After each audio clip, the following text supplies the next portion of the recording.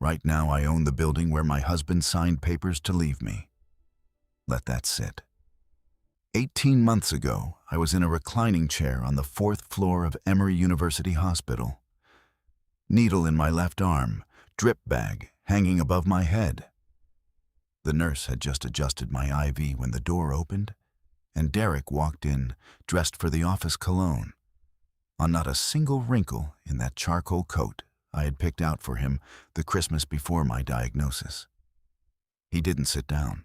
He placed a manila envelope on the medical tray beside my IV line, right next to the alcohol swabs, right next to the small plastic cup with my anti-nausea medication still in it.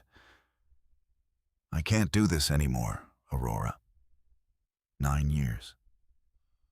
I gave that man 9 years, 2 relocations, and 1 company built from a spreadsheet on our kitchen table. And he chose a Tuesday morning cycle 3 of 6, the one that made my hands shake to decide he was done. I signed the papers without a word. 3 days later, a stranger sat down beside me in that same chair. He set a coffee on the side table, didn't introduce himself, and quietly placed a folder in his lap with my full name printed on the tab. What was inside that folder destroyed Derek's entire plan. Before we go further, what time is it where you are? Drop your time and country in the comments. Atlanta in early spring looks like a promise the city hasn't decided to keep yet.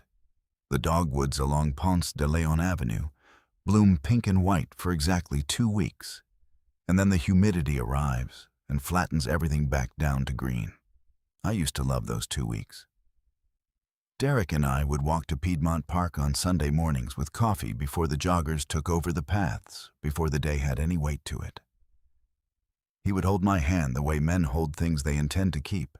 That was before the diagnosis, before I learned that some men only know how to hold things that aren't broken.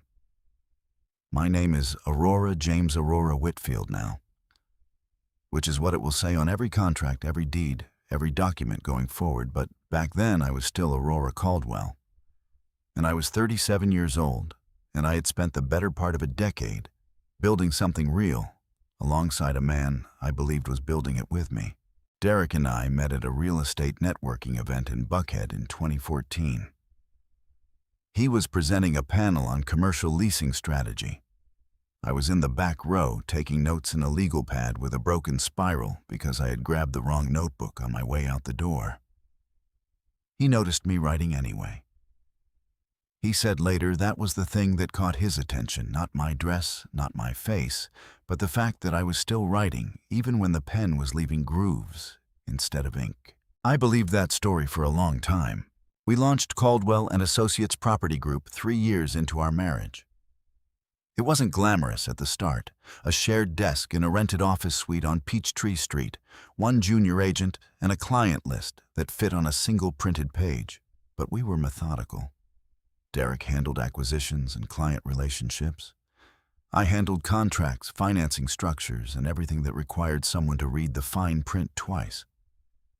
By year 4, we had 7 agents, a portfolio of 14 commercial properties across Metro Atlanta, and a reputation in the market that had taken both of us everything we had to build. I was proud of what we made. I want to say that clearly, because what comes later could make it sound like the whole marriage was a setup, and it wasn't. There were real years in there, real Sunday mornings, real moments where I looked across a closing table at this man and felt something close to complete. But I also remember the exact Tuesday in October when I found the lump. I was in the shower. 6:14 in the morning. Derek was already downstairs making coffee. I could hear the Nespresso machine running. I stood under the water for a long time after that hand pressed flat against my left side, telling myself it was nothing, telling myself I had probably just slept wrong, telling myself 100 quiet lies that the body already knows the truth of. The biopsy came back 11 days later. Stage 2 breast cancer.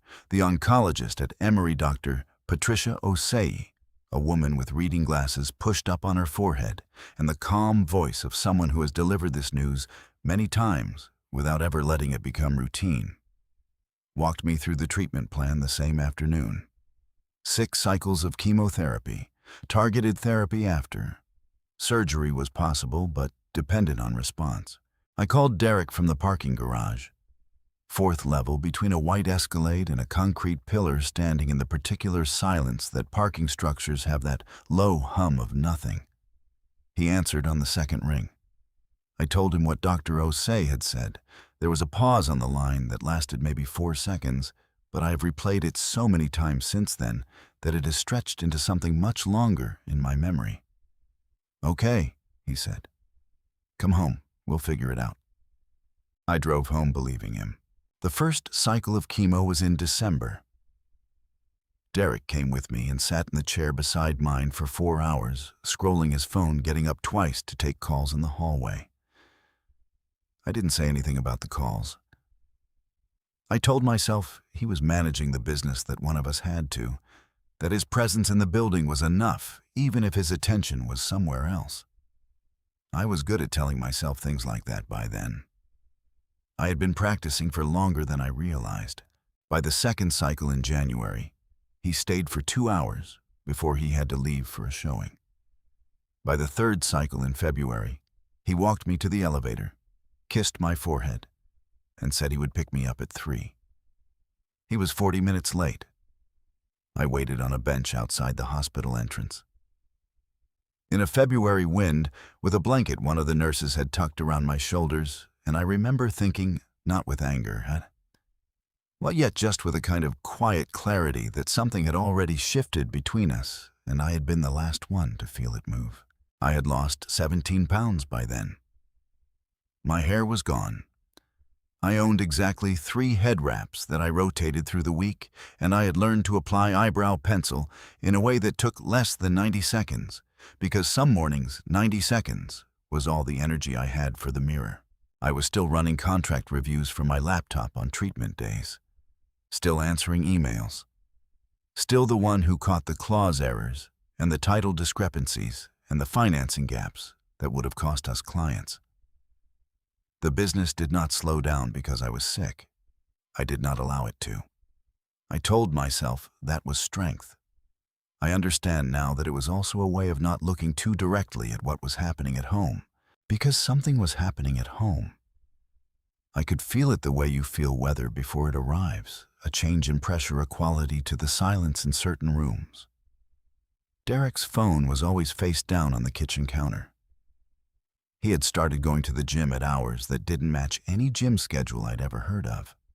He smelled different sometimes. Not different bad, just different, a fragrance that was not his and not mine. And that vanished if I stood too close. I filed it. I didn't act on it. I had 6 cycles of chemotherapy to get through, a company to keep running, and a body that was waging a war on itself from the inside. I did not have the bandwidth for the conversation I suspected was coming. I thought I was being strategic. I thought I was choosing my battles. I didn't know he had already chosen his. The thing about betrayal is that it rarely arrives as a single event. It arrives as a Tuesday where he doesn't text back until evening. It arrives as a Sunday morning where the walk to Piedmont Park doesn't happen and no one mentions it. It arrives as a particular way he sets his jaw when you ask a simple question, not defensively, just carefully, the way a man arranges his expression when he has already rehearsed the answer. I noticed all of it. I cataloged it the way I cataloged contract anomalies, quietly, methodically, without showing my hand. Because that is what Aurora Caldwell did. She read the fine print. She caught what other people missed. She just never expected to be the one auditing her own marriage. It was a Thursday in late February when the first thing happened that I could not explain away. I had come home early from a follow-up appointment at Emory. Dr. Osei had moved my blood work to the morning slot, which freed my afternoon. And I hadn't told Derek because I hadn't thought to. He had a property walkthrough in Midtown and wasn't expected back until 6.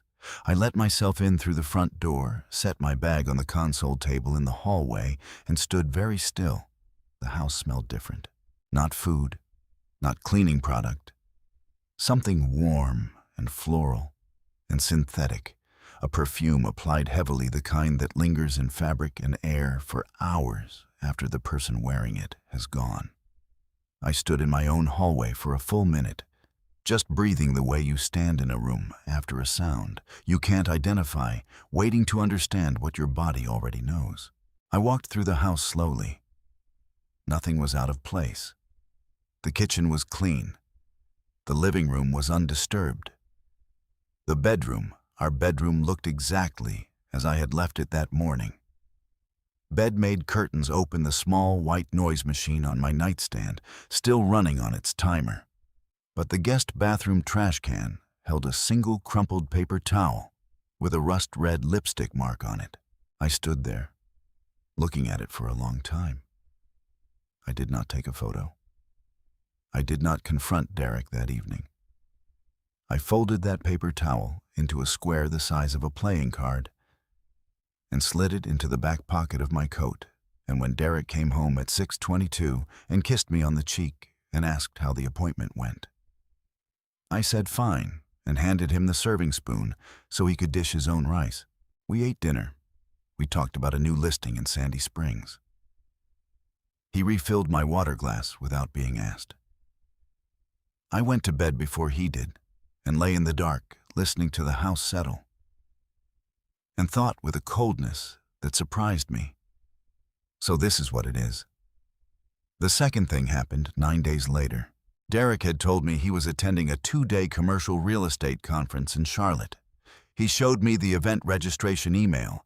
I saw it on his laptop screen when he tilted it toward me, and he packed a carry-on with the efficiency of a man who travels for work regularly, which he did, which made it easy. He kissed my forehead on his way out, told me to rest, told me to call Melissa next door if I needed anything. I did not feel well that weekend. Cycle 4 had hit harder than the previous ones, and I spent most of Saturday horizontal, moving between the bed and the couch, in increments, drinking ginger tea and watching whatever was on television without really watching it. I was not thinking about Derek. I was thinking about whether I could keep down the half bowl of oatmeal I had managed at noon. Sunday morning, I felt slightly better. I made coffee and sat at the kitchen table with my laptop and opened my email out of habit. There was a client message that needed a response, a contract amendment that needed review, 2 invoices. I worked through them, slowly stopping twice to rest my hands in my lap when the fatigue moved through me in waves. Then I opened Instagram, something I rarely did, had never done with any particular intention, and 3 posts down on my feed, there was a photograph. Derek. Standing outside a restaurant I recognized immediately, Busy Bee Cafe on Martin Luther King Jr. Drive. A place we had gone on our 4th anniversary because he said it was historic. And I had dressed up and we had shared banana pudding at the end of the meal. He was laughing in the photo, head slightly back, the laugh that I knew, the one that meant he was genuinely at ease, not performing. He was not in Charlotte. And he was not alone. The woman beside him had long box braids and a golden caramel complexion and a smile that took up her whole face. She had posted the photo herself. Her account was public. The caption said, "Sunday is better when the company is right," with a sun emoji, and the location tag said Atlanta, Georgia, and the timestamp said 11:47 that morning while I was sitting at my kitchen table in a head wrap drinking coffee and reviewing invoices for the company I had built with him. I closed the laptop. I sat with both hands flat on the table, pressing my palms down against the wood, the way you press down on something to keep it from floating away. And I breathed in through my nose for 4 counts, and out through my mouth for 4 counts, the way the hospital counselor had taught me for treatment days. I did not cry. I want to be specific about that. I did not cry, because something in me had already been prepared, had been filing evidence. For weeks, had known on some cellular level that the paper towel in the guest bathroom was not an isolated incident. The body knows. The body is always running its own investigation quietly beneath whatever story the mind is trying to maintain. What I felt instead was a particular kind of stillness. The kind that arrives not when something breaks, but when something that was already broken finally becomes visible. I reopened my laptop. I went back to the contract amendment. I finished reviewing it, flagged 3 clauses, and sent my notes to the client by noon. Derek came home that evening with a Charlotte Marriott toiletry bag in his carry-on and a story about the keynote speaker that he told with the ease of a man who had rehearsed it. I listened. I nodded. I asked one follow-up question so the silence wouldn't land wrong, and then I went to bed and stared at the ceiling and began very quietly to plan. Not revenge. Not yet. I was too tired for revenge and too sick for confrontation. What I began to plan was simpler than that. I began to plan for the version of events where I was alone, where the company was mine, where I had protected myself before the moment arrived, because the moment I now understood was already on its way. I just didn't know how close it was. Cycle 5 was on a Tuesday. I remember that specifically because Tuesdays had become the day I associated with endurance, the middle of the week, the day with no particular mercy, the day you simply had to get through. I had started thinking of chemotherapy the same way. Not as healing, not as fighting. Those words had started to feel too large, too heroic for what was actually happening, which was simply showing up in a reclining chair and allowing a machine to do something brutal to your body in the hope that the brutality was precise enough to be useful. I drove myself that morning. I had been driving myself since cycle 3 after the 40-minute wait outside in the February wind. I didn't make a decision about it out loud. I just started doing it the way you quietly stop, depending on something once you understand that the depending is costing you more than the help is worth. The infusion suite on the 4th floor of Emory's Winship Cancer Institute had 12 chairs arranged in a loose U-shape along the window wall. Each chair had a side table, an IV pole, a small mounted television on an adjustable arm, and a footrest that most people never used correctly. By cycle 5, I had a preferred chair 3rd from the left, closest to the window that faced the parking deck, where I could see a strip of sky above the concrete and a single oak tree that was just beginning to show its first leaves. I checked in at 8:15. The intake nurse Darnell, who had the steadiest hands I had ever seen, and who always called me Miss Aurora, in a way that felt like he meant it, got my line started by 8:30. I had brought my laptop a bottle of water and the novel I had been attempting to read since January, and had never gotten past page 40 because concentration was one of the first things the treatment took. I opened the laptop. I closed it again. I looked at the oak tree. At 9:07, the door to the infusion suite opened. I knew his walk before I saw his face. 11 years of marriage. 9 official 2 before that, when we were still pretending we weren't already building something, and I knew the particular rhythm of Derek Caldwell moving through a space. The slight forward lean. The way his shoulders settled when he entered a room he intended to own.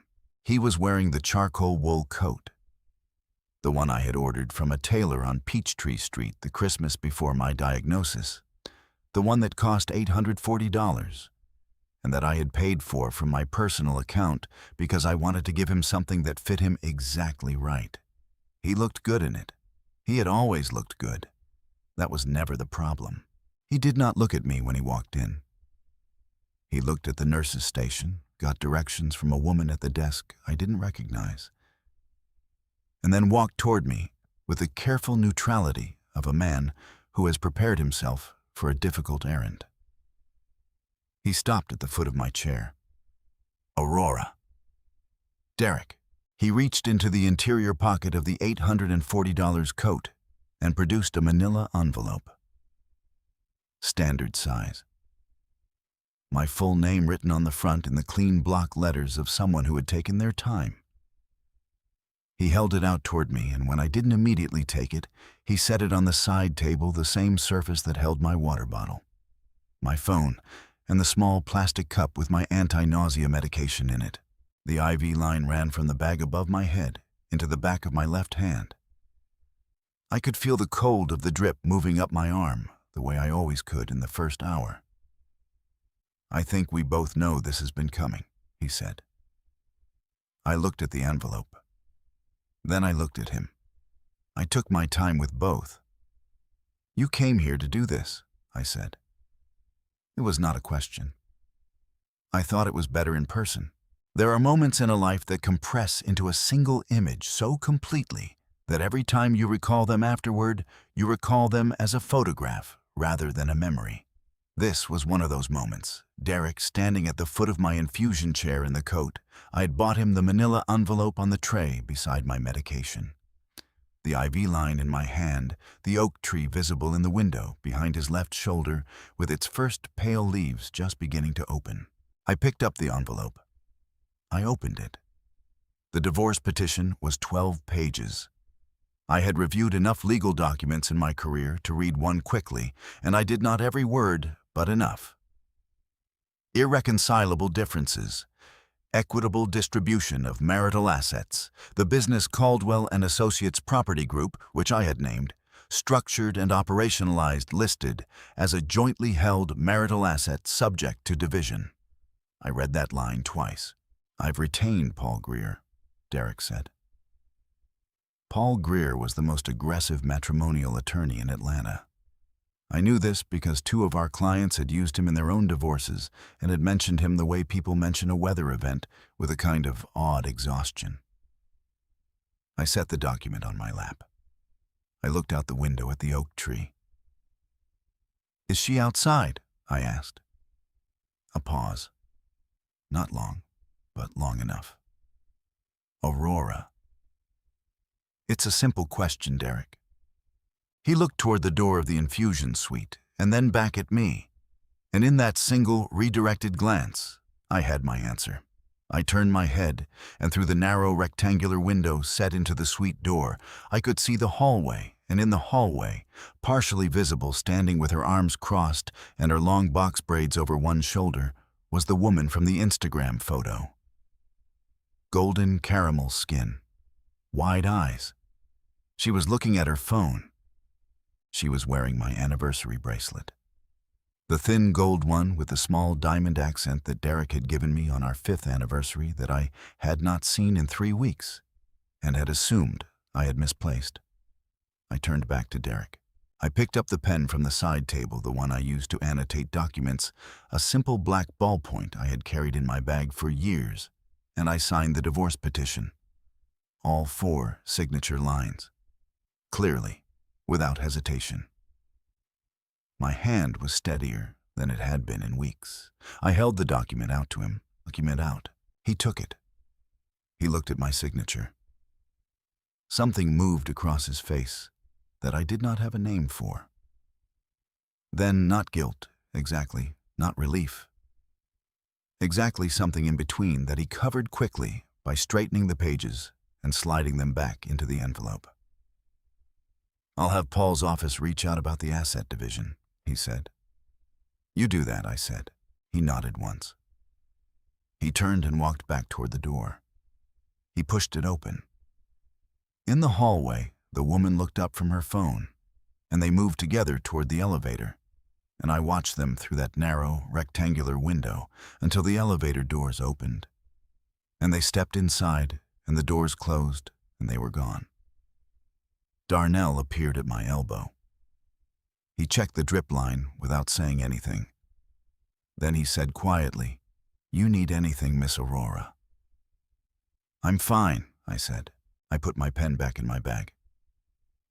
I picked up the novel I had been attempting to read since January. I found page 41, and I started reading. Outside, the oak tree held its pale new leaves very still in the morning air.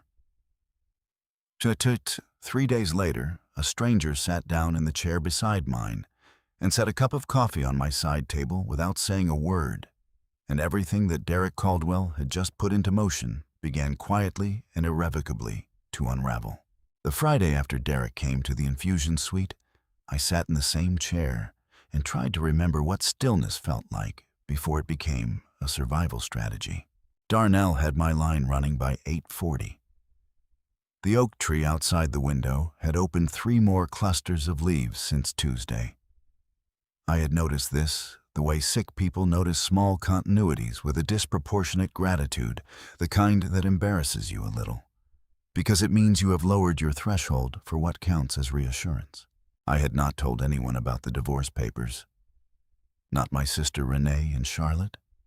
Not my college roommate Patrice, who called every Sunday. Not my mother, who would have driven up from Macon that same afternoon and filled my house with casseroles and opinions I didn't have the energy to navigate. I had filed the information internally the way I filed everything categorized, contained, set aside, until I had the bandwidth to process it properly. What I had done in the 3 days between Tuesday and Friday was call my own attorney. Not Paul Greer. Someone quieter. A woman named Constance Hayward, who worked out of a small office on Auburn Avenue and who had been recommended to me 2 years earlier by a client going through a complicated business dissolution. Constance was the kind of lawyer who asked questions slowly and listened to the answers completely before she responded, and who had a habit of writing single words on a legal pad, while you talked, not notes, exactly more like anchors points she was fixing in place while the larger picture developed around them. I had given her the broad outline on Wednesday morning.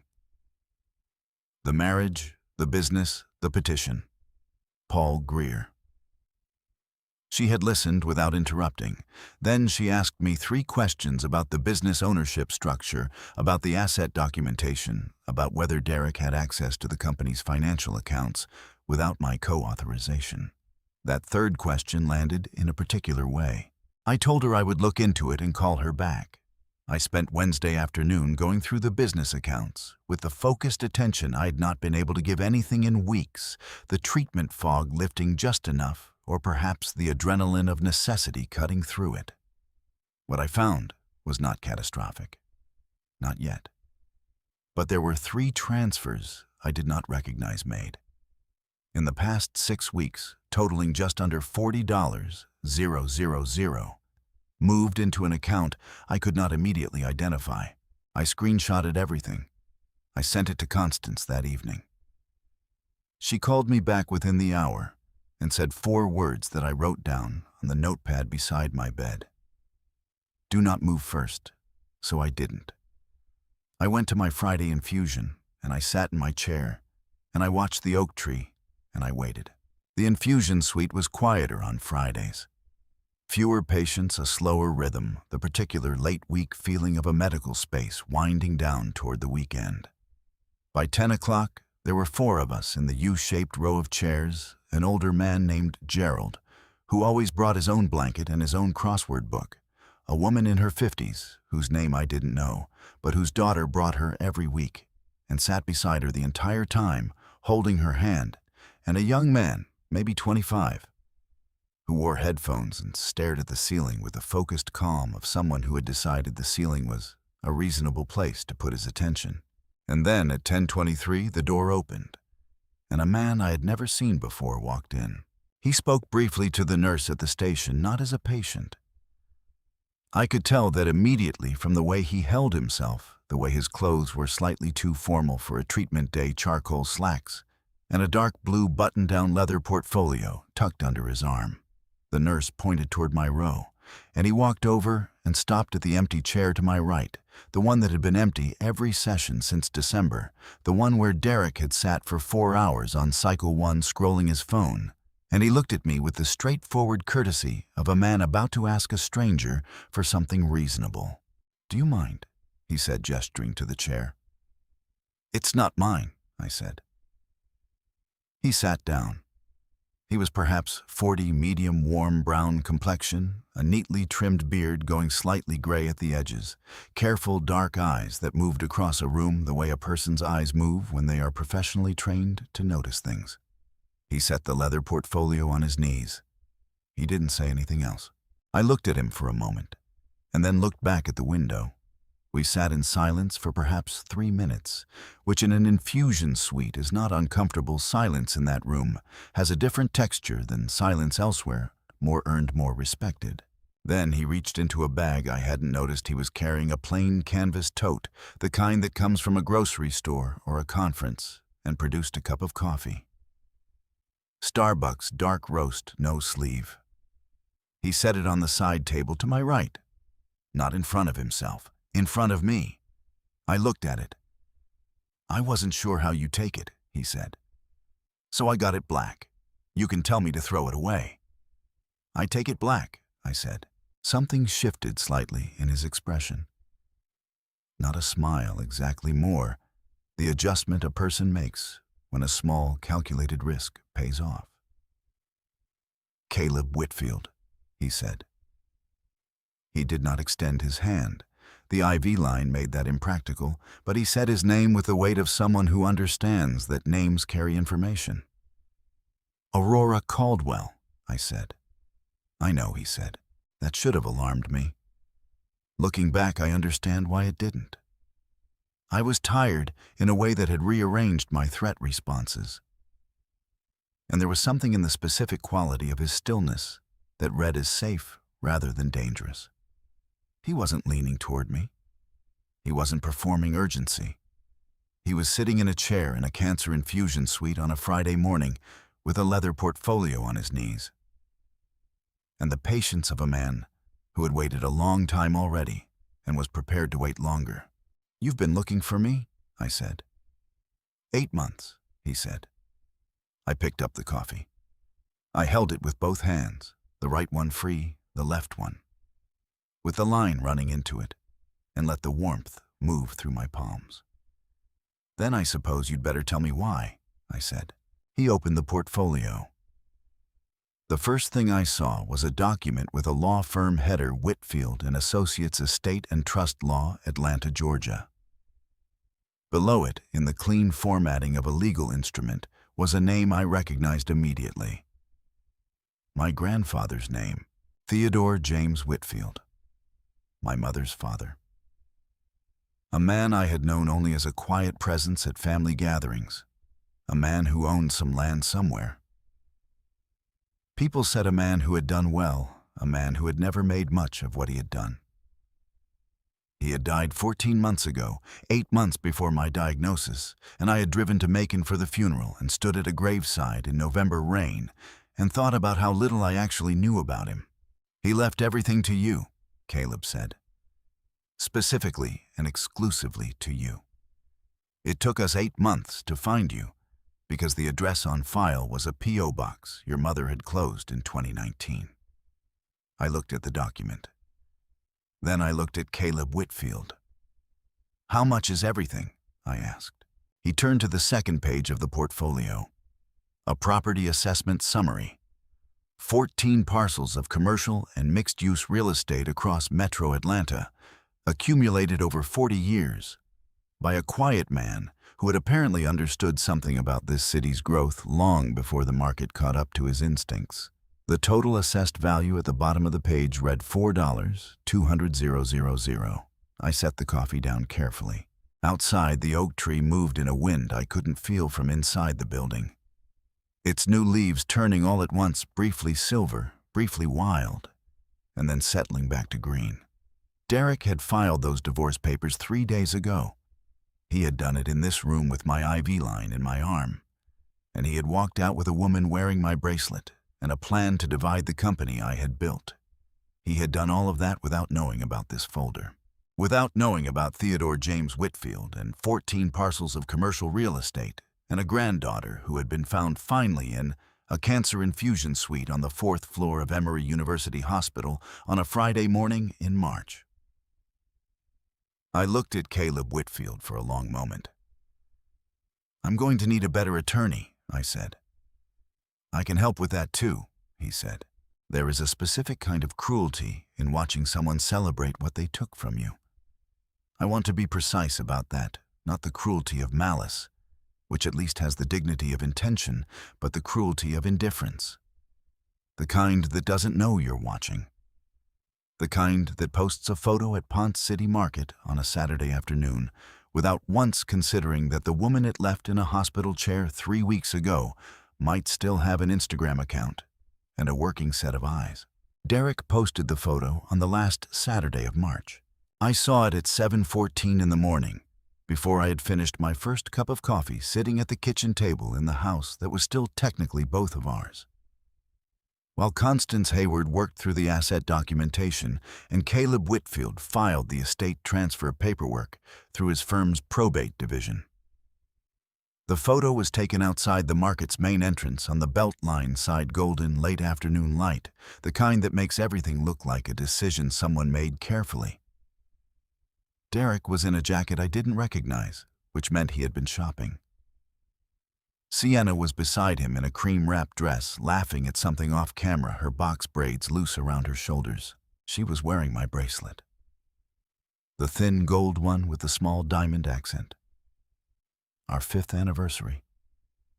I had looked for it twice in the weeks before the divorce papers arrived.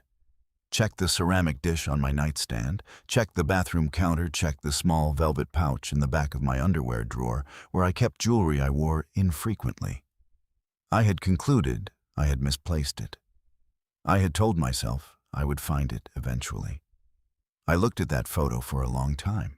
Then I screenshot it, sent it to Constance with a single line. The bracelet in this photo is my personal property purchased by Derek as a gift in 2018, and I would like it included in the asset documentation. And I put my phone face down on the table and finished my coffee. That was the morning I decided to stop being sick in the way I had been allowing myself to be sick. Not the cancer, I had no jurisdiction over the cancer. Dr. Osei and the treatment protocol had jurisdiction over that. And I had been compliant and consistent, and I had shown up for every session, and I had taken every medication at every prescribed interval because I understood that the cancer required my full cooperation to defeat. I was not going to negotiate with my own survival. What I mean is that I decided to stop being sick in the way that Derek had come to rely on. The diminished version. The woman in the infusion chair who was too fatigued to audit the accounts, too overwhelmed to notice the transfers, too consumed by treatment to track what was being moved and where. That version of me had been real. I will not pretend the exhaustion wasn't real, or the fog, or the days when getting from the bedroom to the kitchen felt like a logistical undertaking. But that version of me had also been, without my fully realizing it, Derek's operating assumption. His plan, whatever it was, had been architected around a woman who was too sick to fight back. He had miscalculated the recovery timeline. I met with Constance in person for the first time on a Wednesday morning in early April, her office on Auburn Avenue, 2nd floor of a narrow brick building that smelled like old wood and good coffee bookshelves floor to ceiling on every wall, a desk that was buried under organized stacks of paper in a way that communicated competence rather than chaos. She was 53 natural silver locks to her shoulders, reading glasses on a beaded chain around her neck. She had the particular energy of a woman who had stopped performing patients decades ago, and now simply had it. She had printed everything I had sent her and organized it into a tabbed folder. She walked me through it with the methodical efficiency of someone who found complexity clarifying rather than overwhelming. The 3 unrecognized transfers, $38,700 in total, had gone into a sole proprietorship account Derek had opened in October, 6 weeks after my diagnosis. The account was registered under a business name I didn't recognize, Caldwell Commercial Ventures, LLC. He had been redirecting commission income from 2 of our larger commercial clients, routing it through the new entity before it appeared in our joint business accounts. He started building the exit before he filed, Constance said.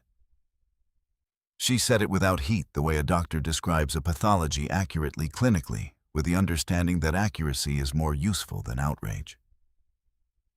How much total? I asked. Across the 7 months, we can document just over $94,000. I sat with that number for a moment. $94,000, moved in increments, small enough to avoid automatic flags, over a period that corresponded almost exactly with my treatment timeline. He had begun the financial extraction the same month I started chemotherapy. What does Paul Greer know? I asked. Whatever Derek has told him, which based on the petition is a version of events where the business is a jointly built asset subject to equitable division. He doesn't know about the transfers yet. He also... Constance paused here, and looked at me over her reading glasses with the particular attention of someone about to deliver important information. Doesn't know about the estate. No one does, I said. Except Caleb. I've spoken with Caleb Whitfield, she said. His firm is handling the probate transfer. Once that clears, and given the documentation it will clear, you will be the sole owner of 14 commercial properties in Way Metro Atlanta, assessed at $4.2 million. Several of those properties are currently under commercial lease agreements. She opened the folder to a tabbed section near the back and slid it across the desk toward me. A list of properties with addresses, current tenants, and lease terms. I scanned it the way I scanned all documents top to bottom, looking for the detail that changed the meaning of everything else. I found it on the third line. 1847 Peachtree Street, Any, Atlanta, Georgia, 30309. Commercial office space floors 2 through 4. Current tenant Caldwell and Associates Property Group. Lease term 36 months, executed January 2022. Monthly rent $8,400.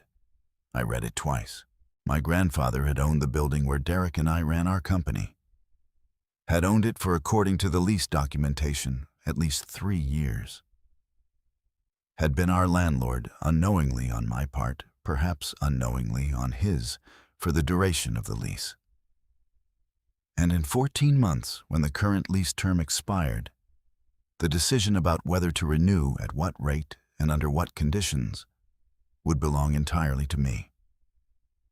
Actually, given that the estate transfer was in process, it already did. I looked up at Constance. He doesn't know, I said. Not unless someone tells him, she said. Outside on Auburn Avenue, a city bus went by the particular grinding deceleration of a bus approaching a stop. And the sound of it was so ordinary and so rooted in the normal functioning of the world that I felt for a moment the specific relief of realizing that the world had been continuing to operate correctly while mine had been coming apart and coming back together simultaneously. I thought about Derek at Ponce City Market in the new jacket. I thought about Sienna's box braids and my anniversary bracelet. I thought about the $94,000 moved in careful increments while I sat in infusion chairs and tried to read page 41 of a novel. I thought about the building on Peachtree Street where our company logo was on the directory in the lobby and where Derek had for 9 years walked in and out and through a door that was now legally and completely mine. What do I need to do next? I asked. Constance picked up her pen. She wrote one word on her legal pad, turned it so I could read it, and looked at me over her glasses. It said, wait. The chemotherapy, she said. When does it end?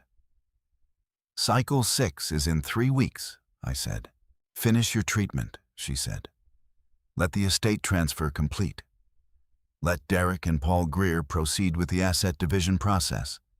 Don't move any money. Don't change any accounts. Don't give them any reason to accelerate their timeline. She paused.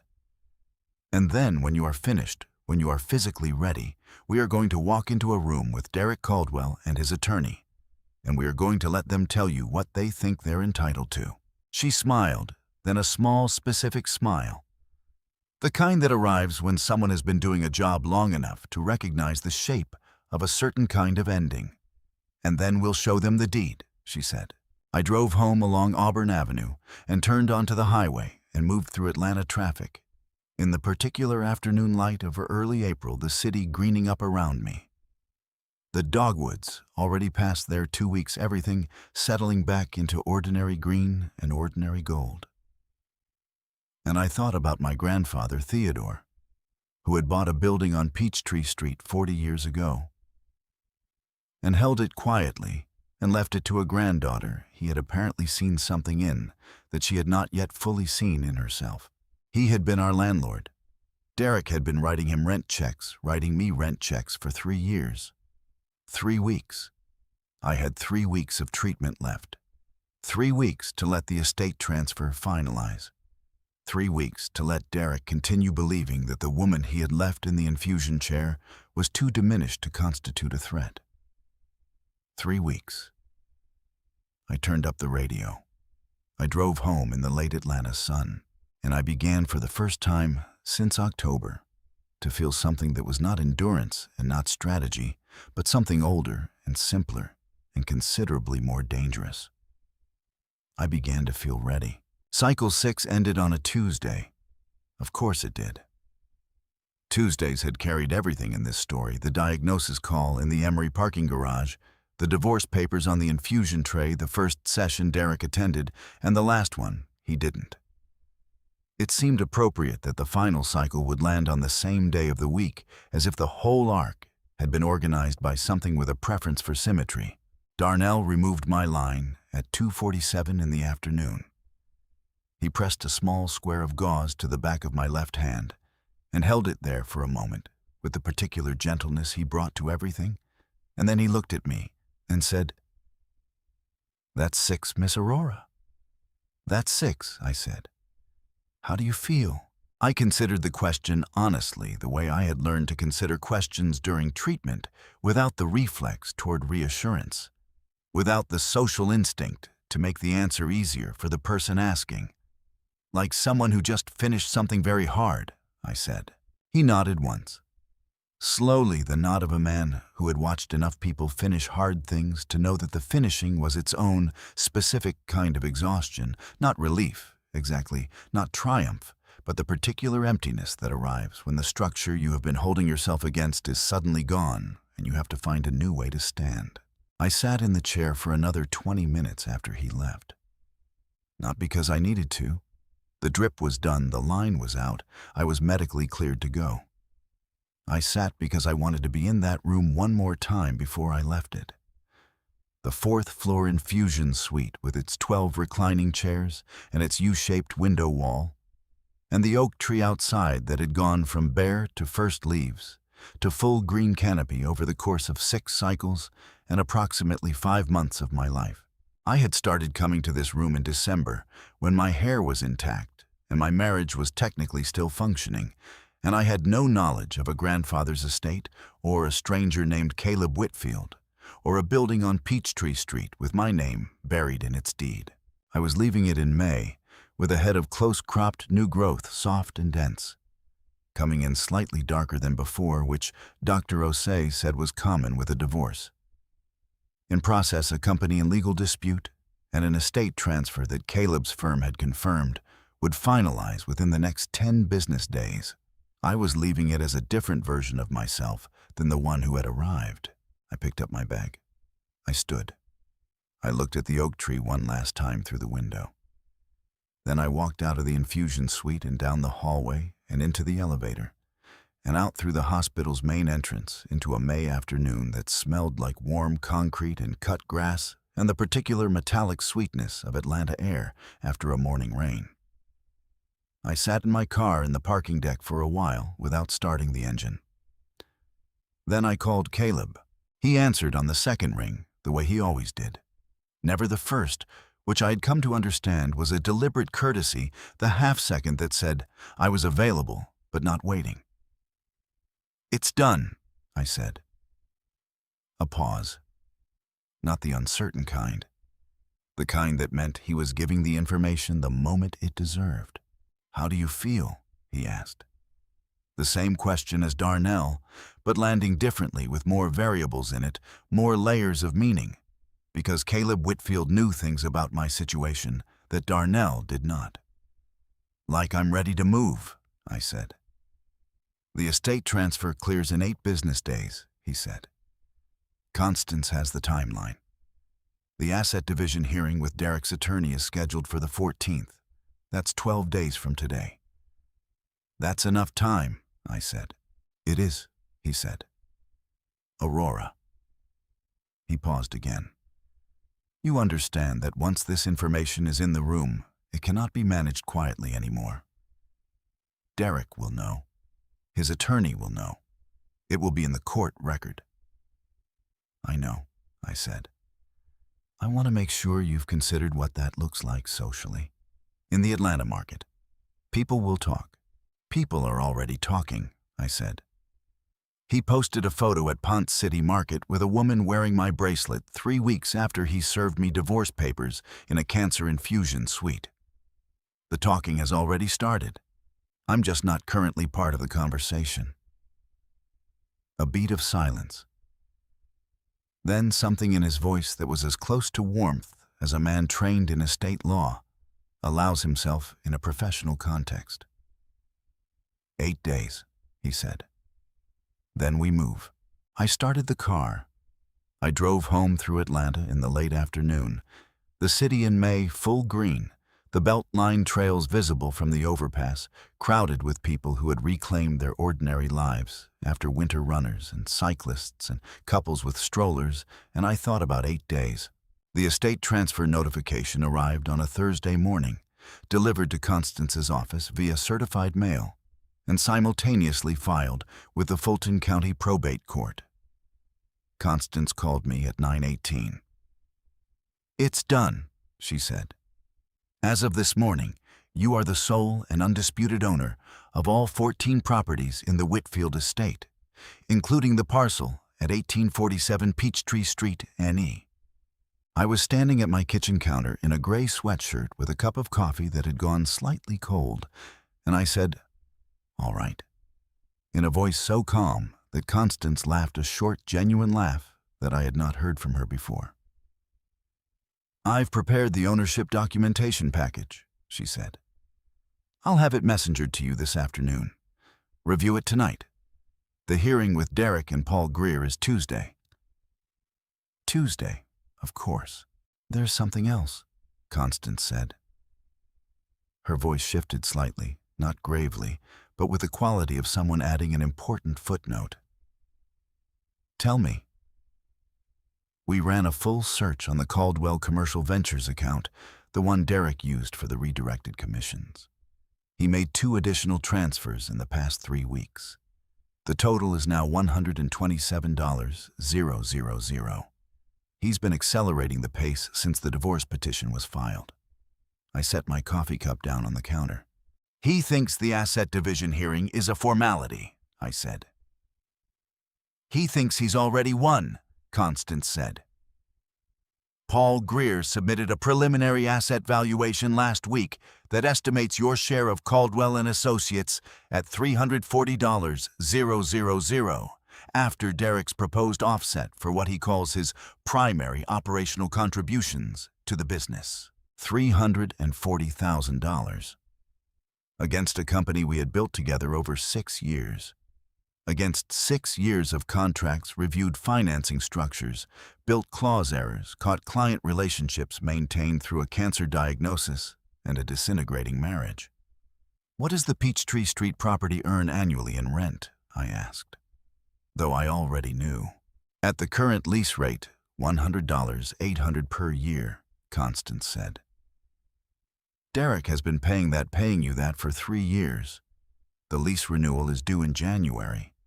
You can set the new rate at market value, which Caleb's firm estimates at $14,200 per month, or you can decline to renew entirely. $170, $400 per year at market rate, or nothing if I chose not to renew." "He has no idea," I said. "None," she said. "As far as Derek and Paul Greer are concerned, Tuesday is the day they finalize the terms under which Aurora Caldwell accepts $340,000 and walks away from her own company."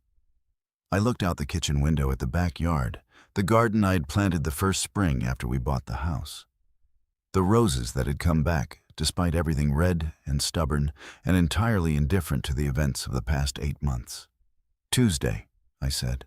"Tuesday," Constance confirmed. "Wear something that fits you." I smiled at that. It was the most personal thing she had said to me in 3 months of working together, and it landed exactly right. I spent the weekend doing something I had not done since October. I slept. Not the medicated half-sleep of treatment recovery, not the fractured, vigilant sleep of a woman monitoring her own situation for threats. Real sleep, deep and long, and dreamless, the sleep of a body that has finished something enormous and is reorganizing itself for what comes next. On Monday, I drove to a salon on Edgewood Avenue, run by a woman named Josephine, who specialized in natural hair at every stage of growth. I sat in her chair, and she looked at my close-cropped new growth with the careful assessment of an expert. "What do you want?" she said. "Clean," I said. "Sharp, like someone who has made a decision." She worked for 40 minutes. When she turned the chair toward the mirror, I sat very still for a moment, looking at the woman looking back at me. The new growth shaped close to my head, the lines clean and precise. My cheekbones and jaw, more visible than they had been in years, not because of illness now, but because of exactness, because of the particular authority that arrives when a face is given the right frame. I looked like myself, a version of myself I hadn't seen before, stripped of everything that had been added over years of accommodation and compromise and the quiet self-diminishment of a marriage that had been asking me to take up less space for longer than I had realized. I looked like a woman who owned a building on Peachtree Street. I paid Josephine in cash, tipped her 40%, and drove home to review Constance's documentation package for the last time before Tuesday. The roses in the backyard were fully open now, red against the May green, absolutely unaware of what was about to happen, and in a conference room on the 14th floor of a law office sign in Midtown Atlanta. But I was. The law offices of Greer and Sutton occupied the 14th floor of a glass tower on West Peachtree Street, with a view of the city that was designed to make you feel the weight of what was being decided inside it. I had been in rooms like this before closing tables negotiation sessions, the particular fluorescent and mahogany register of spaces where money and property change hands under legal supervision. I had always been comfortable in them. I knew how to read a room the way I knew how to read a contract, by finding the load-bearing elements, the details that held the structure up, and understanding them before anyone else at the table did. I arrived 7 minutes early. Constance was already there, standing in the reception area in a charcoal suit with her silver locks pinned back her document bag on the chair beside her. She looked at me when I walked in at the close-cropped hair, the fitted black blazer over a white silk blouse, the way I was carrying myself. And she gave me a single nod that communicated everything we needed to say before we walked into the room. The conference room was long and narrow, with the floor-to-ceiling windows on one side and a mahogany table that seated 12. Derek was already seated when the assistant showed us in on the far side of the table next to a man I recognized as Paul Greer from the one photograph I had seen of him on his firm's website. Greer was compact and silver-haired, with the particular stillness of a man who spent his professional life in rooms like this, and had long since stopped being impressed by them. Derek looked up when I entered. I want to describe what happened in his face carefully because it mattered. It was not guilt. It was not remorse. It was recalibration, the micro-adjustment of a man who had built a mental image of who would walk through that door and was now processing the discrepancy between that image and what had actually arrived. He had been expecting the woman from the infusion chair, the head wrap and the fatigue and the diminishment. He had been expecting someone who needed the $340,000 badly enough to accept it without a fight. He was looking at something else. I sat down beside Constance. I set my document bag on the table. I folded my hands on top of it and looked at Derek with the same even attention I gave to contracts I already knew were flawed, patient, unhurried, waiting for the other party to begin so I could find the exact moment to show them what they had missed. Paul Greer opened the proceedings with the professional efficiency of a man billing by the hour. He outlined Derek's position, the business as jointly held marital asset, the proposed equitable division, the offset for Derek's primary operational role in client acquisition.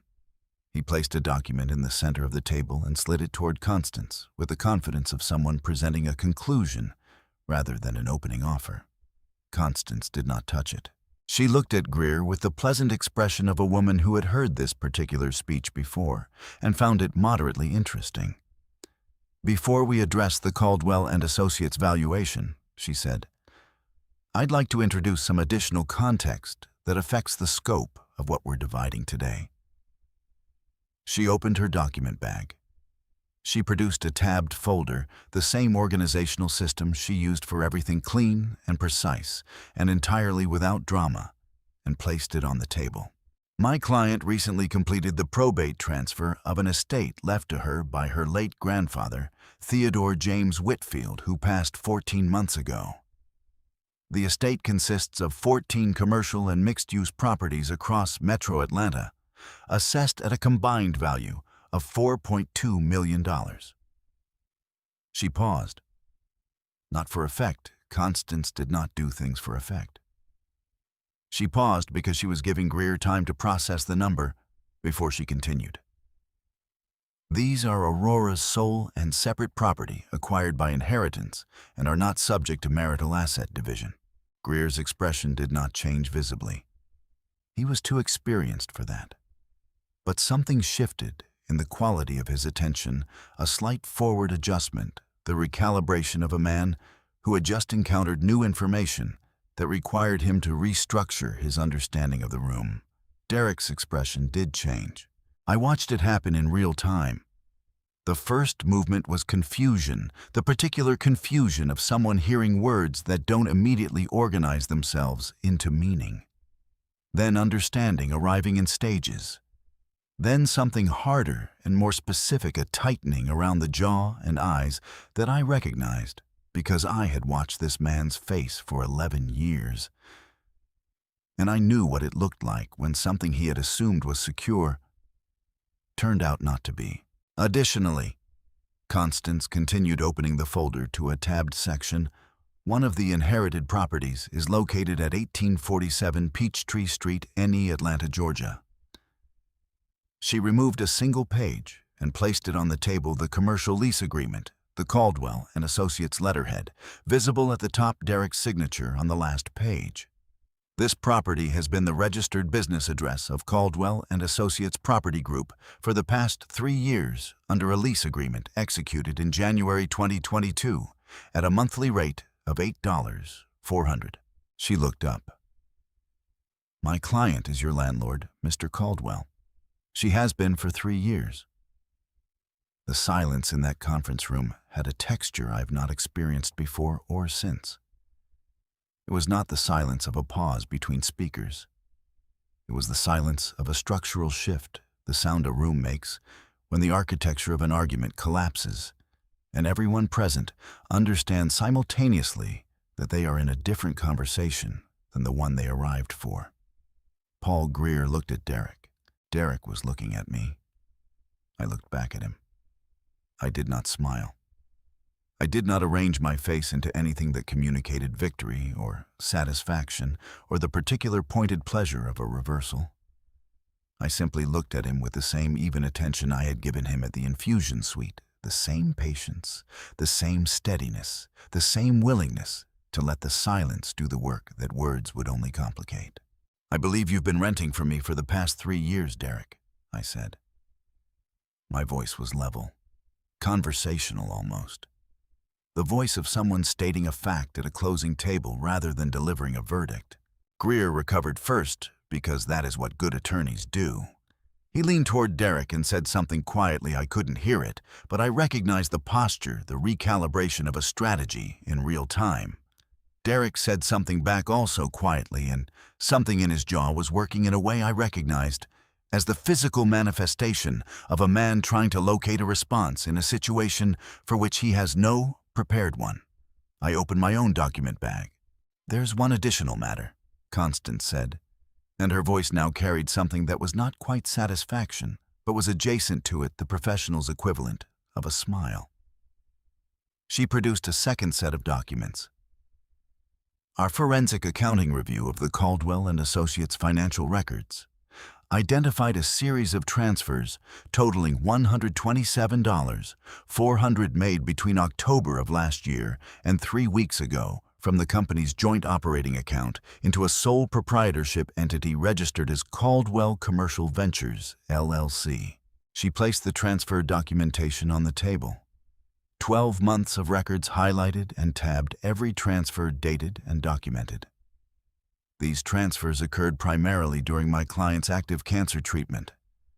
We have filed a formal notice of financial misconduct with the court and will be pursuing full recovery of the redirected funds as part of the marital asset settlement.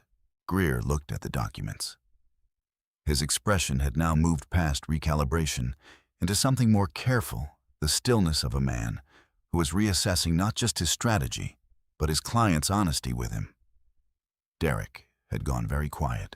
He was looking at the transfer documentation with the specific attention of a man who had believed until this moment that those transfers were invisible, that the timing, the illness, the fog, the diminishment had provided sufficient cover, that by the time anyone looked closely enough, the asset division would be finalized and the money would be irretrievably his. He had built his entire plan around a version of me that no longer existed, had perhaps never fully existed to begin with. "We're prepared to discuss settlement terms," Constance said pleasantly. "Our position is that Caldwell and Associates Property Group, given the circumstances of its financial mismanagement and the redirected funds, should be transferred entirely to my client's ownership. Derek Caldwell's interest in the business would be settled through a buyout structured around the documented value of his contributions, minus the $127,400 in redirected funds." She paused. "Additionally, the lease agreement for 1847 Peachtree Street will not be renewed at its current rate. My client will be offering a revised lease at market value effective January, or Mr. Caldwell may choose to relocate the business at his discretion." She closed the folder. "We're flexible on timeline," she said. Paul Greer asked for a recess. Constance granted it graciously. Derek stood the movement, slightly uncoordinated, the movement of a man whose legs have received instructions from a brain still trying to reorganize, and followed his attorney into the hallway. The assistant closed the conference room door behind them. Constance looked at me. I looked at her. The city of Atlanta spread out behind the floor-to-ceiling windows in the full green of a May afternoon, the skyline that Derek and I had both built our careers within, the city my grandfather had understood before either of us had arrived in it. "You are very calm," Constance said. "I've been practicing," I said. She almost smiled, actually smiled. We waited 17 minutes.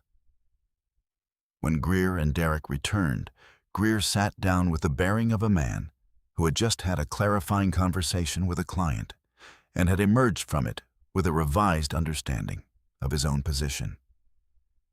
Derek sat down without looking at me directly. Greer said, "We'd like to discuss settlement terms."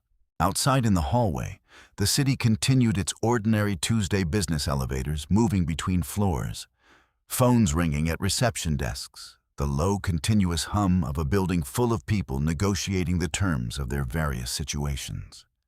Inside the conference room, I opened my document bag and took out my pen, the same black ballpoint I had carried for years, the one I had used to sign the divorce papers on the infusion tray, and I set it on the table in front of me. Ready.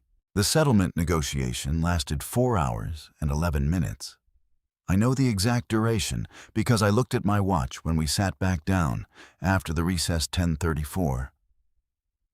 And I looked at it again when Paul Greer finally gathered his documents into his briefcase and said in the measured tone of a man delivering a conclusion he had not anticipated delivering. When he woke up that morning that his client would agree to the proposed terms pending final documentation, it was 2:45, 4 hours and 11 minutes, to dismantle 9 years. I want to be honest about what those 4 hours felt like, because the clean narrative version, the triumphant reversal, the villain defeated, the wronged woman restored, is true in its broad shape, but misses the texture of what actually happens when a marriage ends in a conference room on the 14th floor of a building in Midtown Atlanta, while the city goes about its ordinary Tuesday business 14 stories below. It was not triumphant. It was precise and exhausting, and at several points deeply sad, in a way that had nothing to do with Derek and everything to do with the fact that I was sitting across a table from a man I had loved, had genuinely, non-performatively loved, and watching the formal machinery of the law process that love into line items and asset columns and settlement percentages. But I stayed present for all of it. I read every document Greer produced. I caught 2 calculation errors in the business valuation. One that would have undercounted my equity stake by $18. 0001. That misattributed a client account I had personally originated to Derek's acquisition column. I noted both errors quietly, and Constance incorporated them into the revised terms without comment, the practiced efficiency of 2 people who had prepared for exactly this. Derek spoke directly to me twice during those 4 hours. The first time was during the business ownership discussion, when Greer had stepped out briefly to take a call. Derek looked across the table and said in a voice stripped of everything except a kind of exhausted directness, "You knew. When you signed those papers in the hospital, you already knew about the estate." "No," I said. "I found out 3 days later." He looked at me for a moment. "Then why did you sign so fast?" I considered the question. It deserved an honest answer. "Because I was done," I said. "Not because of the estate. Because of the paper towel in the guest bathroom in February. Because of the Charlotte conference that wasn't in Charlotte. Because you walked into that room in the coat I bought you and put a manila envelope next to my medication and didn't once ask how I was feeling." I paused. "I signed fast because there was nothing left to hold on to. The estate didn't change that. It just changed the arithmetic." He looked at the table. He didn't respond. Greer came back in, and we resumed. The second time was at the very end, when the final settlement terms had been agreed, and Constance was organizing the signature pages. Derek looked up from the documents and said quietly enough that only I could hear it, "I didn't think you'd fight." "I know," I said. That was the last direct conversation we had. The final terms were as follows. Caldwell and Associates Property Group would be transferred entirely to my ownership, renamed and restructured under my sole proprietorship. Derek would receive a buyout of $97,000, the assessed value of his documented contributions, minus the $127,400 in redirected funds, minus Constance's documented legal costs. In practical terms, Derek Caldwell was leaving a company he had co-built for 6 years with $97,000 and no business address because the building on Peachtree Street was mine and the lease would not be renewed at its current rate. Paul Greer had negotiated competently. He had recovered what he could from a position that had been structurally undermined before the meeting began. I recognized good work when I saw it, even against myself. The marital home would be sold and the proceeds divided equally. That was the one point I had conceded without contest, because I did not want the house. I had lived in it for 7 years, and I was done with the version of myself who had lived there. I would find somewhere new, somewhere that did not have a guest bathroom where I had found a folded paper towel that told me everything I needed to know. The anniversary bracelet, itemized in the personal property section of the settlement at Derek's attorney's insistence, valued at $2,200, would be returned to me within 10 business days. I signed the settlement agreement at 2:38. Constance countersigned. Greer countersigned. Derek signed last with the pen Greer had provided. He did not use his own, I noticed, and he signed with the careful deliberateness of a man making sure his signature looked like a decision rather than a defeat. We did not shake hands. There was no moment of closure, no exchange that could be described as resolution. We stood on opposite sides of a mahogany table in a conference room on the 14th floor of a glass tower.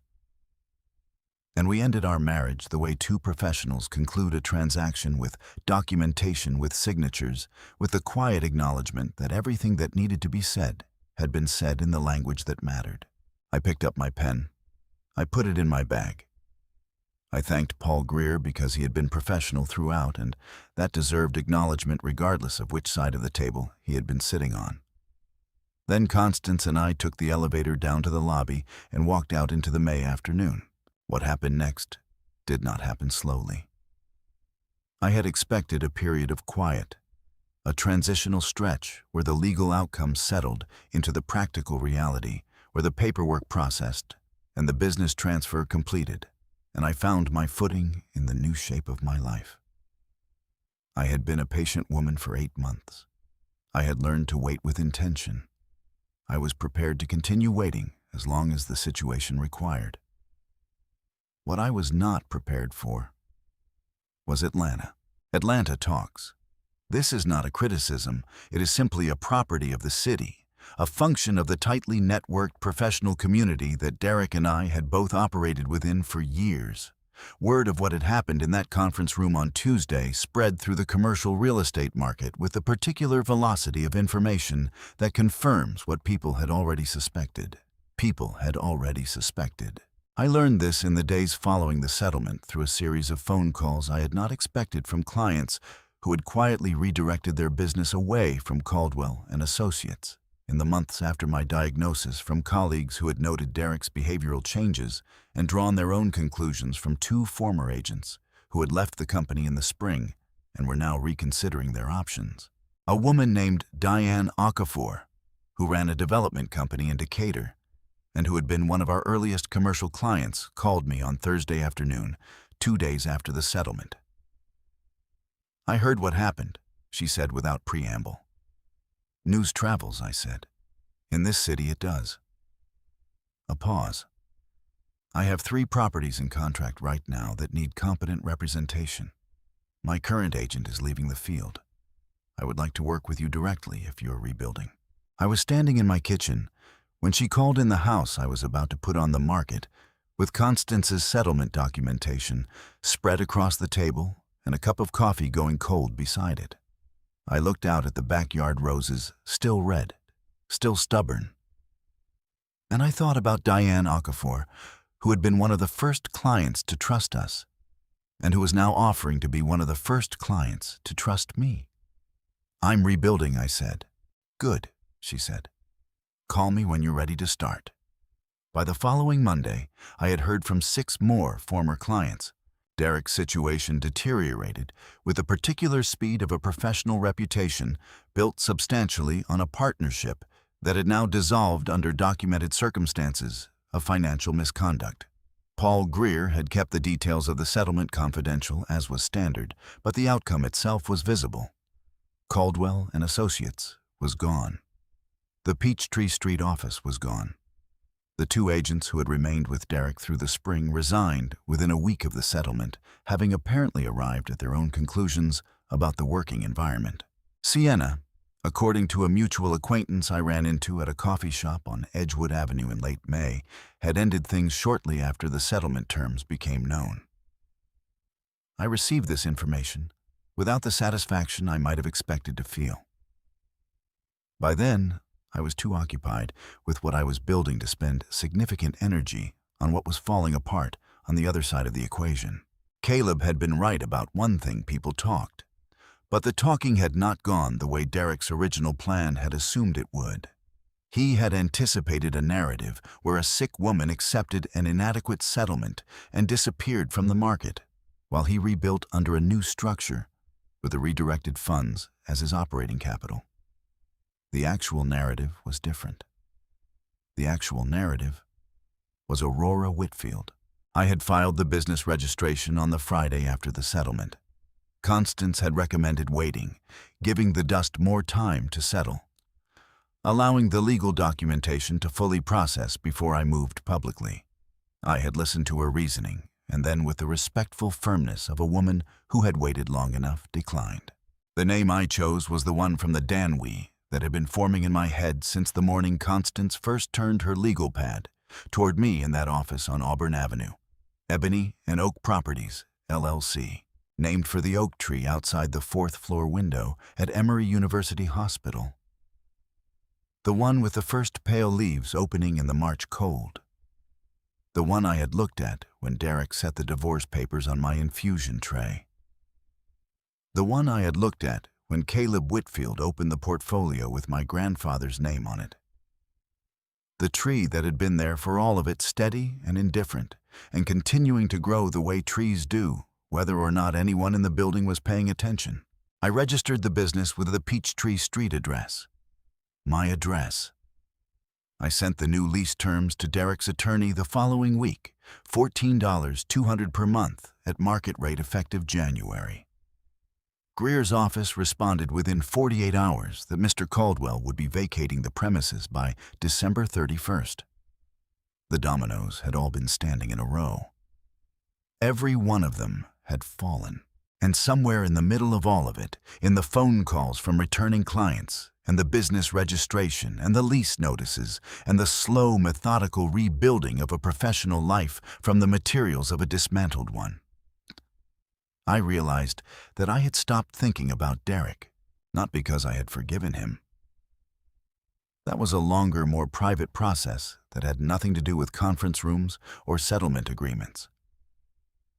But because the space he had occupied in my daily thinking, the vigilance, the monitoring, the careful management of my own responses to his actions had been vacated and filled with something else.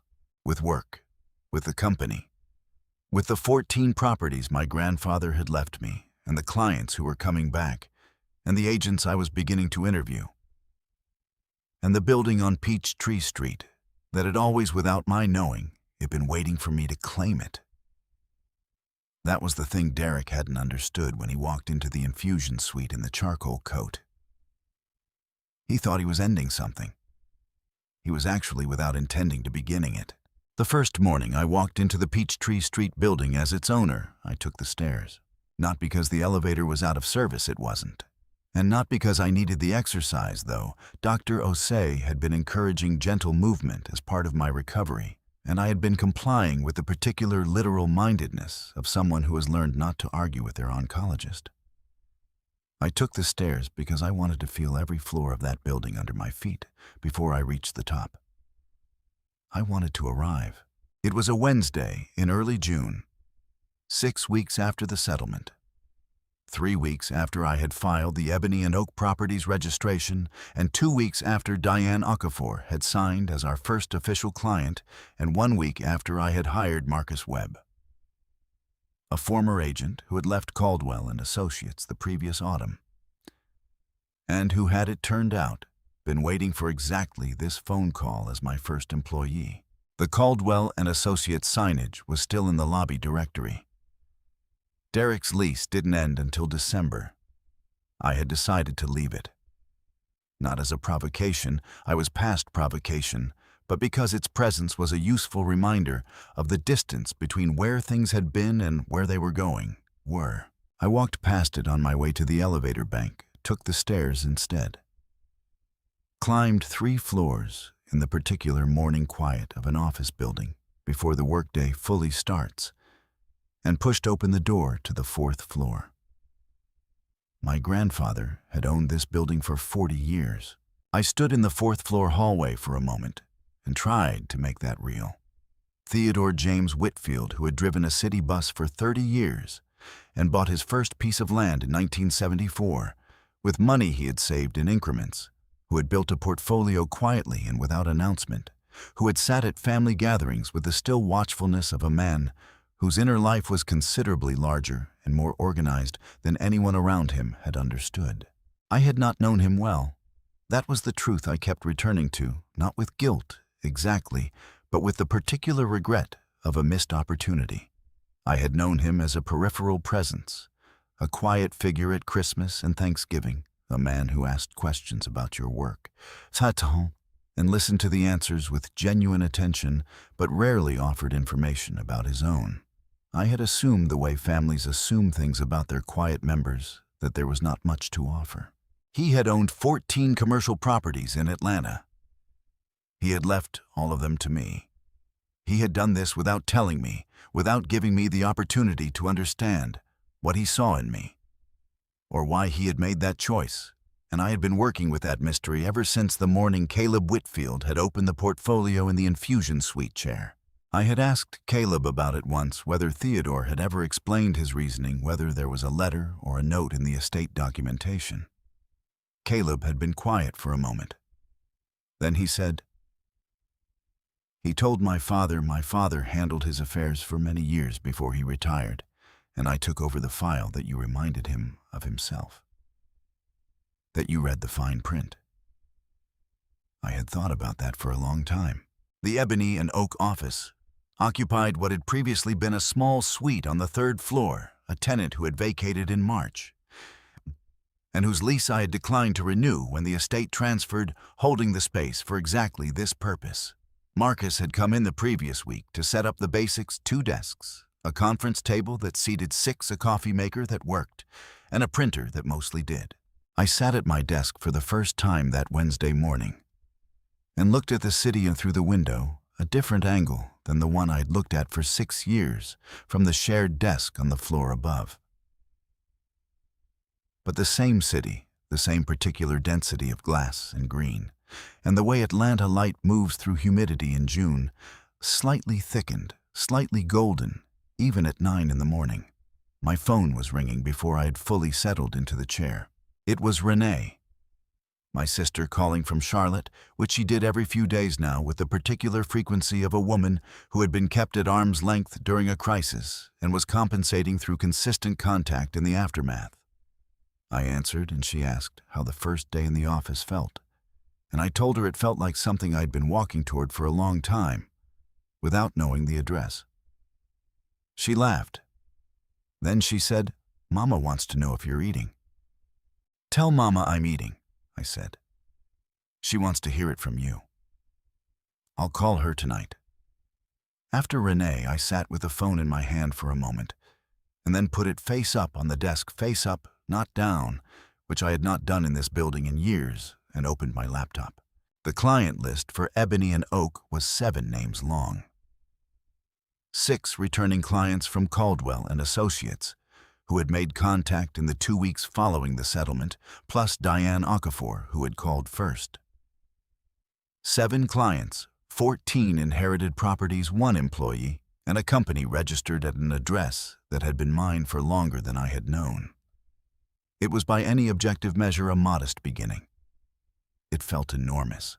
The bracelet arrived on a Thursday afternoon, delivered by messenger to Constance's office, per the settlement terms, and forwarded to me the same day. A small velvet pouch in a padded envelope with no note. No letter, nothing, except the bracelet itself, the thin gold band with a small diamond accent, exactly as I remembered it, returned without ceremony, in the manner of an obligation discharged. I held it in my palm for a while, sitting at the kitchen table in the house that was now officially on the market.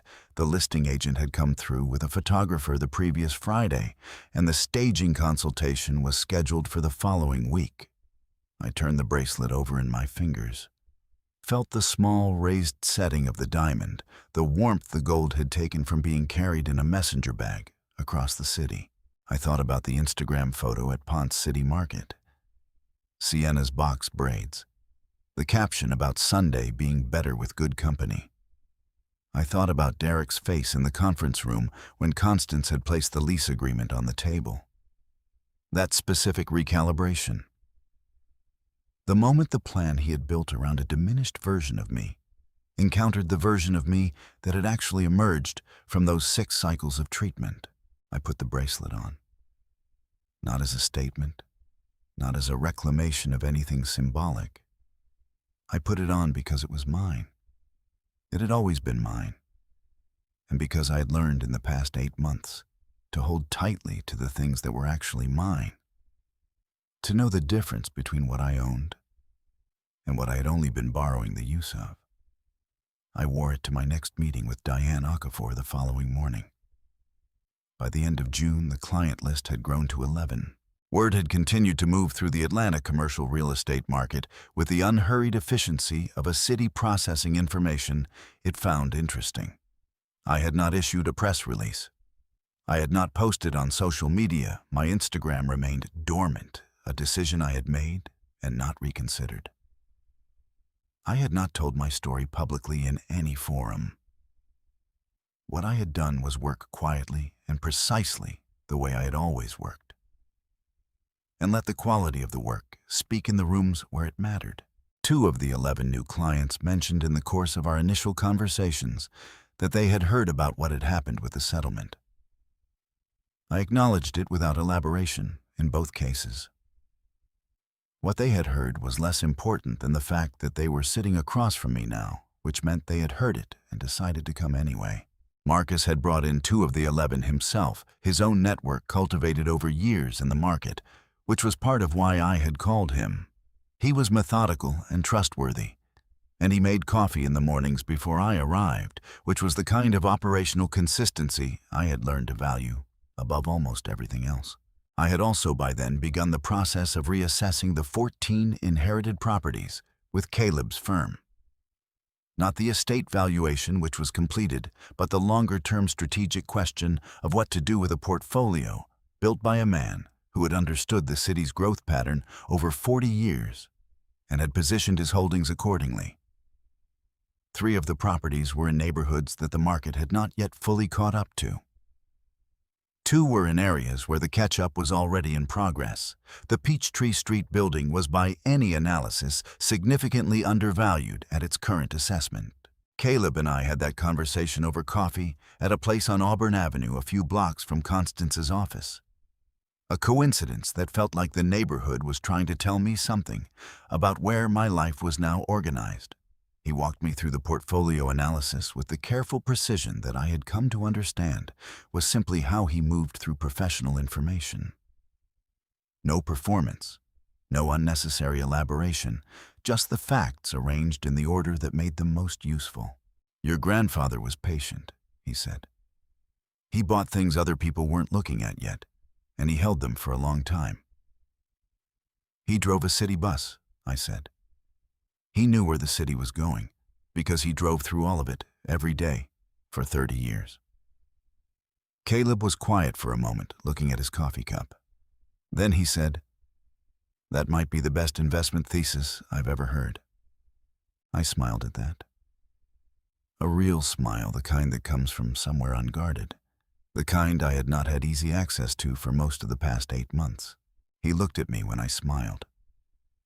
He had been looking at me differently since the settlement, in a way that was careful and unhurried, and that I had been noting without acting on.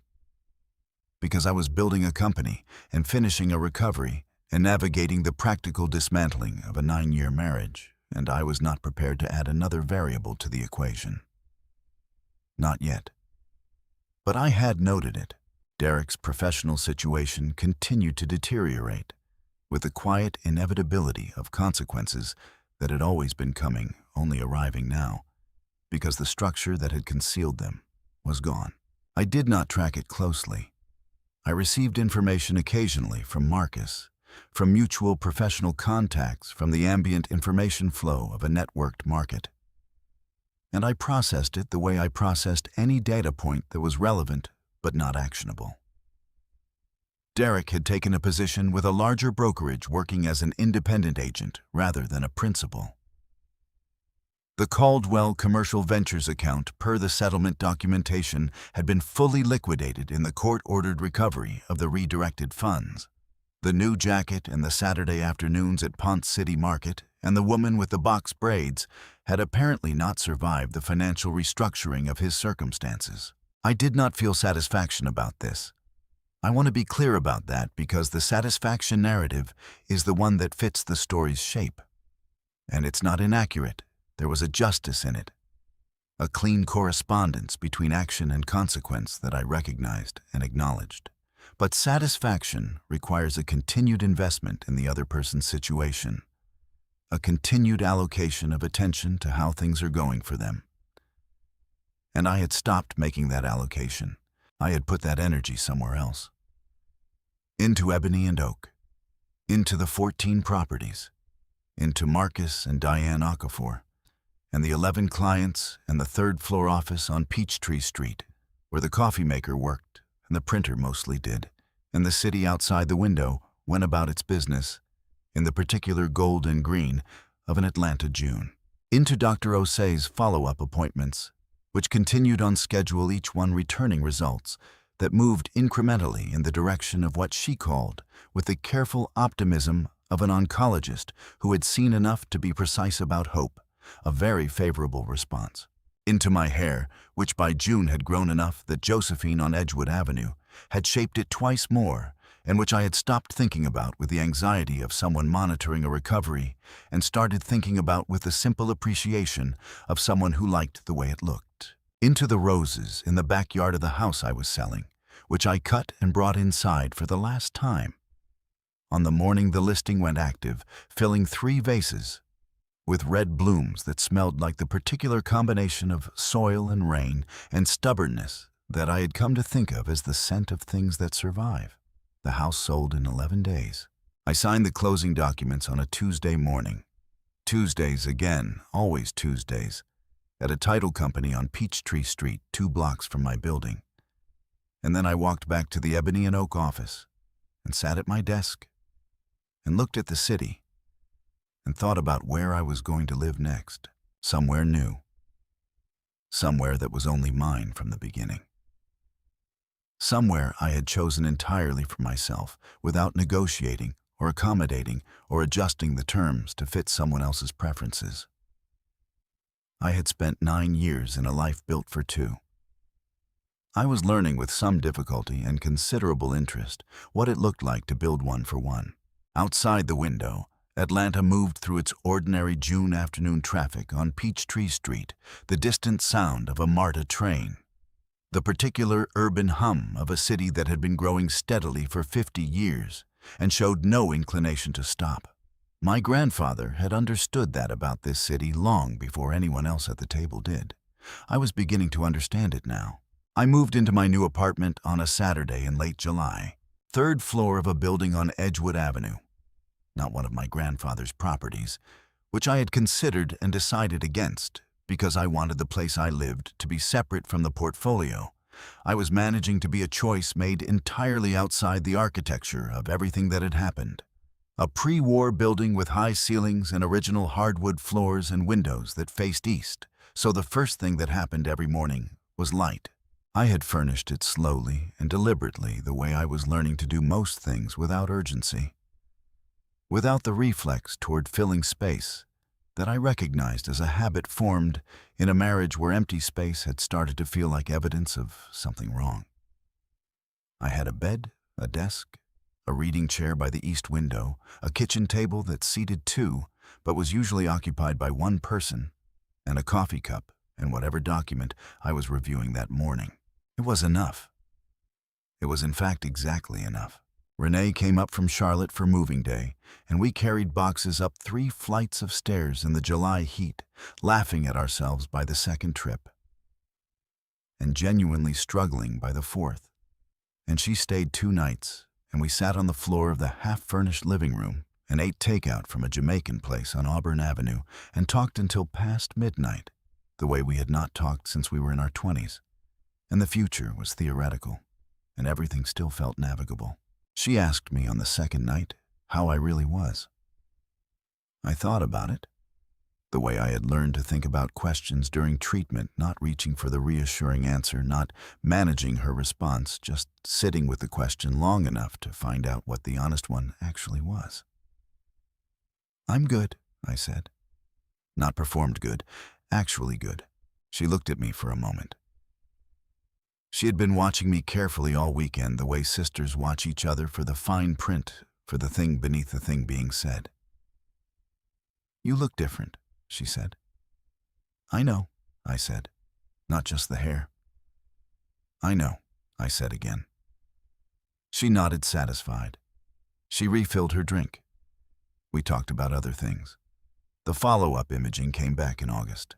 I was sitting in Dr. Osei's office, the same office where she had delivered the diagnosis 11 months earlier. The same reading glasses pushed up on her forehead, the same quality of settled attention that I had come to understand was simply how she occupied a room. And she placed the imaging report on the desk between us and looked at me over it. "No evidence of residual disease," she said. I had prepared myself in the days before this appointment for a range of possible outcomes.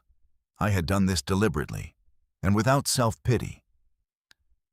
I had learned during treatment that preparation was not pessimism, that holding multiple possibilities was not the same as expecting the worst. That a woman who had spent 6 months negotiating with her own body's attempt to destroy itself had earned the right to enter a medical appointment with her eyes open. I had not, I realized in the moment. Dr. Osei said those 5 words fully prepared myself for this one.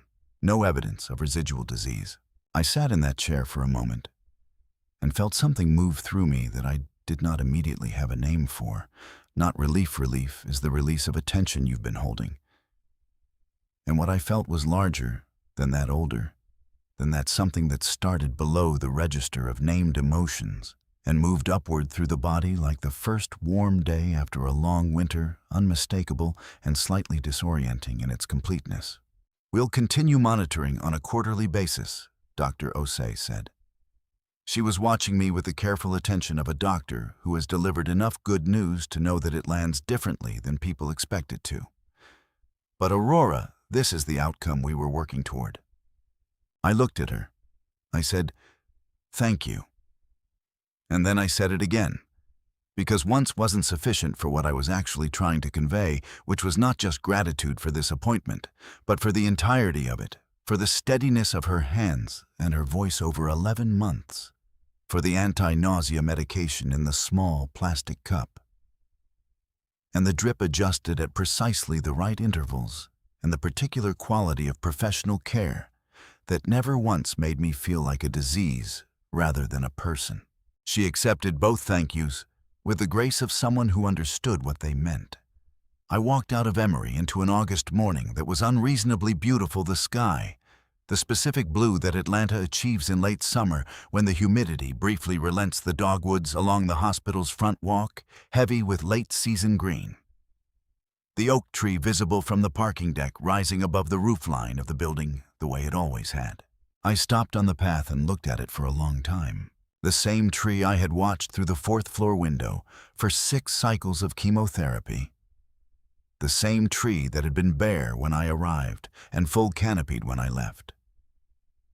The same tree that had been there on the Tuesday. Derek set the divorce papers on my infusion tray, and on the Friday, Caleb Whitfield set a cup of coffee on my side table. And on every session in between, when I had sat alone in the reclined chair and looked at it through the window, and found in its simple, continued existence something that functioned as proof that continuation was possible. I stood on the path in the August sun, and I let myself feel all of it at once, the diagnosis and the treatment, and Derek and the infusion suite and the conference room, and the estate and the building on Peachtree Street, and the apartment on Edgewood Avenue, and the client list, and the roses I had cut for the last time, from the backyard of a house that was no longer mine, and the bracelet on my wrist, and my grandfather, who had driven a bus through this city for 30 years and understood quietly and without announcement where it was going. I let myself feel it without managing it or organizing it or filing it into the categories I had used to survive it. And then I got in my car and I drove to work. Caleb was already in the Ebony and Oak conference room when I arrived. We had a portfolio review scheduled for 9 o'clock, and he was, as always, precisely on time. His leather portfolio on the table, a cup of coffee waiting on my side of the table. Dark roast, no sleeve. He looked up when I came in. He read my face with the attention of a man who had learned over the preceding months to read it accurately. "Good news," he said. "The best," I said. He nodded once, the slow nod, the one that gave information the moment it deserved. Then he said, "I'm glad," in a voice that was quiet enough and direct enough that it meant something more than the 2 words it contained. I sat down across from him. I picked up the coffee.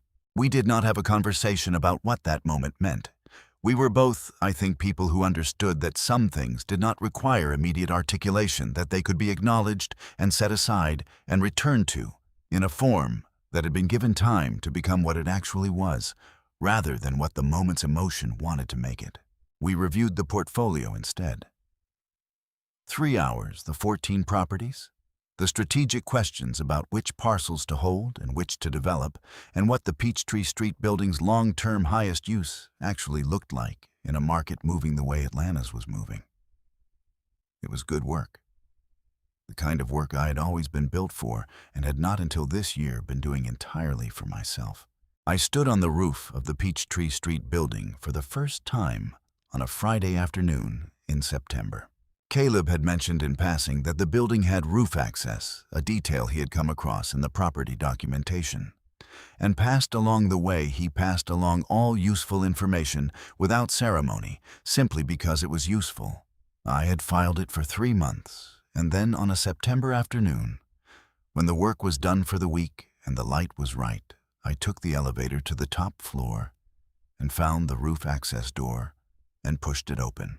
The view was Atlanta at eye level. Not the distant perspective of a high-rise, not the ground-level view of a street, but the middle register of a city, the rooftops and water towers, and the tops of trees, and the glass faces of neighboring buildings catching the afternoon light and throwing it back. I could see the hospital from there. The Emory complex to the east, the Winship Cancer Institute building, visible among the others.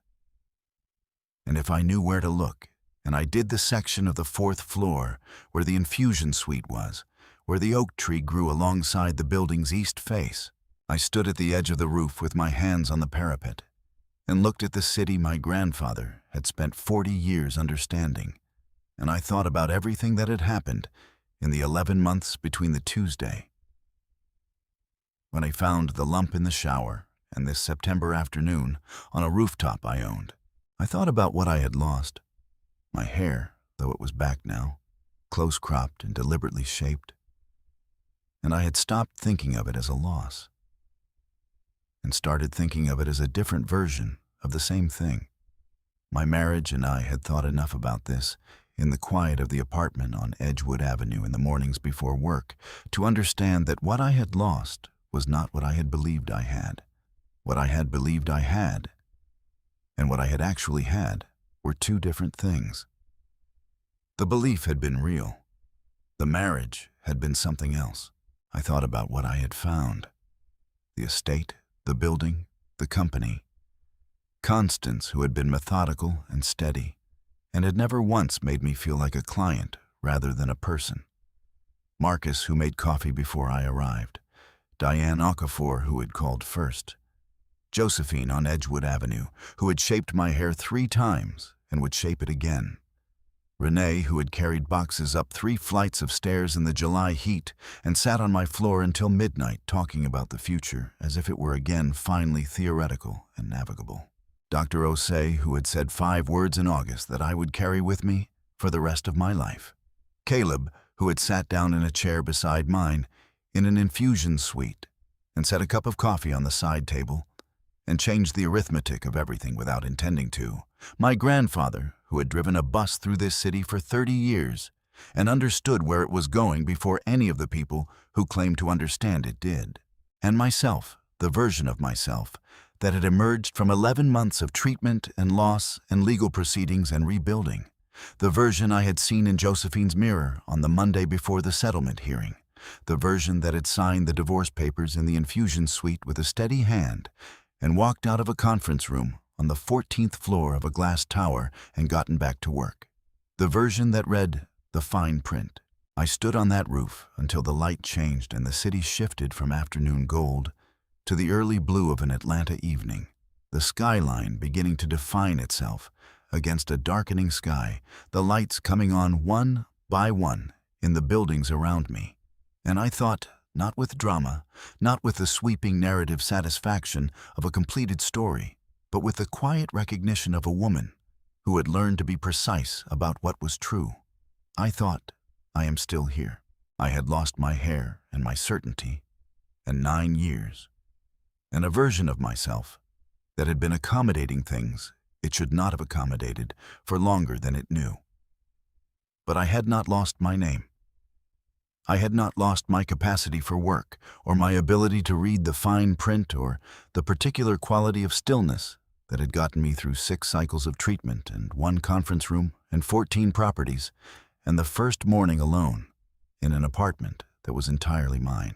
I had not lost the things that were actually mine. Derek had walked into an infusion suite thinking he was ending something. He had been wrong about that from the beginning. I turned away from the view. I took the elevator down. I locked the building behind me and walked out onto Peachtree Street in the September evening, the city around me in its ordinary Friday motion, people leaving offices, restaurants, filling the particular collective exhale of a city releasing the work week. And I turned toward Edgewood Avenue and home. The oak tree, invisible now from street level, continued doing what it had been doing since before I arrived, and would continue doing long after standing in the particular way of things that have decided to stay growing quietly in whatever direction the light was coming from, unaware of being watched, unaware of being needed, simply there. Simply there. There is a version of this story where the cancer is the hardest part. It isn't. The hardest part was learning to tell the difference between things I owned and things I had only been borrowing, the use of love I had mistaken for permanence, a partnership I'd mistaken for equity, a version of myself I had been maintaining for the comfort of someone who was already planning to leave. The cancer took my hair. The divorce took my certainty. The treatment took 6 months of my life in increments of 4-hour sessions and anti-nausea medication and fatigue that moved through the body like weather.